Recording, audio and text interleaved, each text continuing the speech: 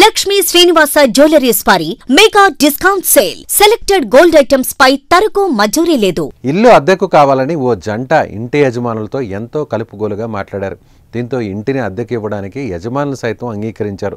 అదే వాళ్ళ ప్రాణానికి హాని తలపెట్టింది. వచ్చిన కొత్త మనుషులు అదే రోజు రాత్రి మళ్లీ వచ్చారు. యజమాని ఇంట్లో భోజనం చేసి దంపతులను ఘోరంగా హత్య చేశారు. ఈ జంట హత్యలు ఖమ్మం జిల్లాలో సంచలనంగా మారాయి. ఖమ్మం జిల్లా నేలకొండపల్లిలో ఎర్ర వెంకటరమణ, కృష్ణకుమారి దంపతులు నివాసం ఉంటున్నారు. అయితే వీరి ఇంట్లో ఓ రూమును అద్దెకిచ్చేందుకు సిద్ధమయ్యారు. దీంతో రెంట్ కోసం 10 రోజుల కిందట ముగ్గురు వ్యక్తులు అక్కడికి వచ్చారు. ఇల్లు అద్దెకు కావాలని చెప్పి అడ్వాన్స్గా యజమానికి కొంత డబ్బు కూడా ఇచ్చి సామాన్లు తెచ్చుకుంటామని వెళ్లారు. ఆ మరుసటి రోజు రాత్రి మళ్లీ వచ్చి ఇంటి యజమానితో కలుపుగోలుగా మాట్లాడారు. ఆ రాత్రి వారింట్లోనే భోజనం చేసి వెళ్లారు. ఆ మరుసటి రోజు అర్ధరాత్రి సమయంలో మళ్లీ వచ్చారు. పథకం ప్రకారం ఇంట్లోకి ప్రవేశించగానే వెంకటరమణ ఆయన భార్య కృష్ణకుమారి కళ్లల్లో కారం కొట్టి దారుణంగా హత్య చేశారు. అనంతరం వారి ఇంట్లో ఉన్న నగదు, బంగారు నగలు దోచుకొని అక్కడి నుంచి ఉడాయించారు.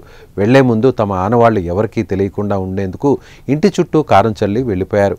రోజులాగానే వెంకటరమణ కుమార్తె ఫోన్ చేయగా వారి ఫోన్ స్విచ్ ఆఫ్ రావడంతో తల్లిదండ్రులు ఫోన్ లిఫ్ట్ చేయకపోవడంతో కంగారు పడి ఇంట్లోనే మరో పోర్షన్లో అద్దెకు ఉంటున్న వారికి ఫోన్ చేసి చెప్పింది.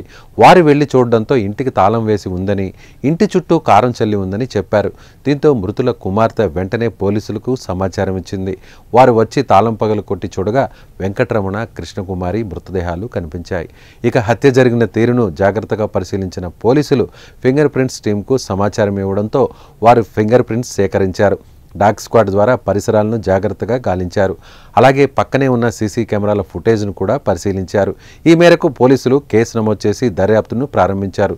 ఈ దారుణ ఘటన స్థానికంగా తీవ్ర కలకలం రేపింది.